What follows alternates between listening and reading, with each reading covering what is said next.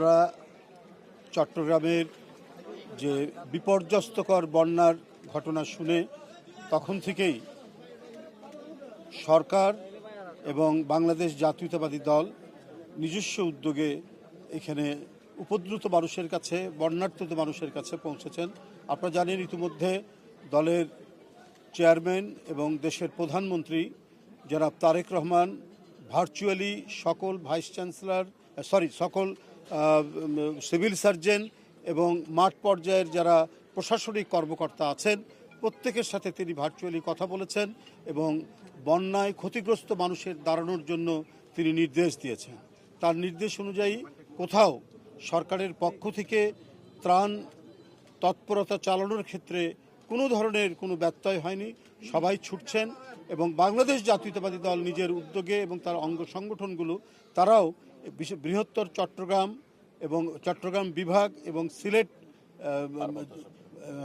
বৃহত্তর চট্টগ্রাম বিভাগ এবং চট্টগ্রাম জেলা, বৃহত্তর চট্টগ্রাম জেলা এবং বৃহত্তর সিলেট বিভাগের মৌলভীবাজার, সুনামগঞ্জ যেসব জায়গায় বন্যায় প্রচণ্ডভাবে ক্ষতিগ্রস্ত হয়েছে মানুষের, তাদের পাশে দাঁড়ানোর জন্য, দুর্গত মানুষের পাশের জন্য তিনি নির্দেশ দিয়েছিলেন এবং ছুটে এসছে সবাই সব দিক থেকে কাজ করছে। স্থানীয়ভাবে নেতৃবৃন্দ কাজ করছেন এবং চট্টগ্রামের যারা মন্ত্রী রয়েছেন, আমাদের ভূমি প্রতিমন্ত্রী তিনি উমরার জন্য গিয়েছিলেন, কিন্তু পরিস্থিতির অবনতি হওয়াতে সেখান থেকে ছুটে এসে বাসাও যায়নি, ইন্টারন্যাশনাল এয়ারপোর্টে নেমে তিনি ডোমেস্টিকে এসে আমরা একসাথে আজকে এখানে উনি চলে এসেছেন। তো এটার মূল উদ্দেশ্য হচ্ছে যে এই যে বন্যার্ত মানুষ এখানে যেভাবে কষ্ট করছে, দুঃখ পাচ্ছে, অতিবৃষ্টির কারণে, উজানের পানির কারণে, পাহাড়ি ঢলের কারণে আজকে যেভাবে প্লাবিত হয়েছে, বহু মানুষ পানিবন্দী অবস্থায় রয়েছে, তাদের খাদ্য সরবরাহ সেইভাবে নিশ্চিত করা যায়নি প্রথমের দিকে। তো এখন সমস্ত পানি ভেঙে হোক, যেভাবেই হোক, সবাই এখন ছুটে এসছেন। সরকার পর্যাপ্ত পরিমাণে ত্রাণের ব্যবস্থা করছেন এবং আমরা আজকে দলের পক্ষ থেকে এখানে এসেছি, বাংলাদেশ জাতীয়তাবাদী দলের পক্ষ থেকে এখানে এসেছি এবং ইতিমধ্যে আমাদের যুবদল, ছাত্রদল তারা এসে তাদের নিজস্বভাবে বিভিন্ন জায়গায় ত্রাণ তৎপরতা চালিয়েছেন, আমরাও চালাচ্ছি। আমাদের মূল উদ্দেশ্য হচ্ছে যে কোথাও যেন খাদ্যের ঘাটতি না হয়, কোথাও যেন ঔষধপত্রের ঘাটতি না হয়। এখানে প্রশাসনে যারা রয়েছেন, বিশেষ করে চিকিৎসার দায়িত্বে, তারা সার্বক্ষণিক এটা মনিটর করবেন, এটা আমাদের দৃঢ় বিশ্বাস। এবং পাশাপাশি কোনো দিক থেকে কোনোভাবেই যেন খাদ্যের কোনো সমস্যা না হয় এবং প্রত্যন্ত অঞ্চল এবং যারা পানিবন্দী আছেন সেখানে যেভাবেই হোক সেখানে পৌঁছাতে হবে, খাদ্য সেখানে দিতে হবে। সেই ব্যাপারে প্রধানমন্ত্রীর নির্দেশ রয়েছে, প্রশাসনের যারা ব্যক্তিরা রয়েছেন তারা কাজ করছেন এবং দলের পক্ষ থেকেও সবাই এখানে দৌড়ে আসছেন। নিশ্চয়ই বাংলাদেশ এমন একটি জাতি, তারা বহু প্রাকৃতিক দুর্যোগ মোকাবিলা করে তারা টিকে আছে যুগের পর যুগ ধরে, ঐতিহাসিক কাল ধরে।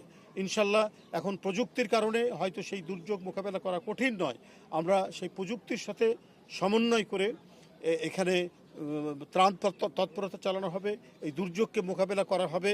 কারণ কারণে কি বলে, সরকারের কোনো ধরনের পদক্ষেপের কারণে বা অপরিকল্পিত কোনো উন্নয়নের কারণে যাতে পরিবেশ বিঘ্নিত না হয়, সেটা এই সরকার বারবার তিনি বলেছেন, আমাদের প্রধানমন্ত্রী বলেছেন এবং নির্দেশনা দিয়েছেন। আপনারা জানেন যে এর আগে, আমি শেষ করে দিই, এর আগেও আপনারা জানেন যে এই পরিবেশকে বিবেচনা করা হয়নি, অপরিকল্পিত আপনার স্থাপনা করা হয়েছে উন্নয়নের নামে। আপনারা জানেন যে ওই নেত্রকোনার কিশোরগঞ্জের হাওর, নেত্রকোনা কিশোরগঞ্জের হাওর, সে হাওরের একটি এলাকায় হচ্ছে সাবেক রাষ্ট্রপতি হামিদ সাহেবের বাড়ি, সেইখানে যাওয়ার জন্য গাড়ি করে হাওরের ভিতর দিয়ে আপনার রাস্তা নিয়ে যাওয়া হয়েছে। তো আপনি যদি একটি সচল প্রাকৃতিক পরিবেশকে যদি আপনি বাধা দেন, তাহলে সেটা তো মৃতপ্রায় হবে। যেমন আমরা যদি শরীরের কোথাও যদি দড়ি দিয়ে বেঁধে রক্ত প্রবাহকে বন্ধ করি, তাহলে তো সেই শরীর বা সেই ব্যক্তি তো বাঁচবে না। ঠিক তেমনি নদীকে প্রবাহিত হতে দিতে হবে, খালকে সংরক্ষণ করতে হবে, হাওরকে প্রবাহিত হতে দিতে হবে, স্বচ্ছ পানির প্রবাহ থাকতে হবে। হাওরের ভিতর দিয়ে আপনার রাস্তায় নিয়ে গিয়ে রাষ্ট্রপতির সুবিধার জন্য কাজ করতে হবে, সেটা হবে না। এতে পরিবেশ বিঘ্নিত হচ্ছে, এতে পরিবেশের অনেক ক্ষতি হচ্ছে এবং প্রাকৃতিক যে জীববৈচিত্র্য সেটারও ধ্বংসের উপক্রম হচ্ছে। আমাদের নানা ধরনের মাছ ছিল সেই হাওরে, সেগুলো বিনষ্ট হচ্ছে। ইতিপূর্বে আপনারা দেখেছেন অনেক নিষেধ করার পরেও যারা পরিবেশ নিয়ে বড় বড় বিশেষজ্ঞরাও বলেছেন যে সুন্দরবনের সামনে রামপাল বিদ্যুৎ কেন্দ্র করবেন না, কিন্তু সাবেক প্রধানমন্ত্রী তিনি শোনেননি। কাউকে খুশি করার জন্য তিনি সেটি করেছেন। সেইখানকার নদ নদী খালবিল এবং সর্বোপরি সবচাইতে যে বড় বিষয়টি, যে বৃক্ষ আমাদেরকে অক্সিজেন দেয়, সেই বৃহৎ বৃক্ষের এলাকা হচ্ছে সুন্দরবন। সেই সুন্দরবন এখন মৃতপ্রায় হওয়ার উপক্রম হয়েছে।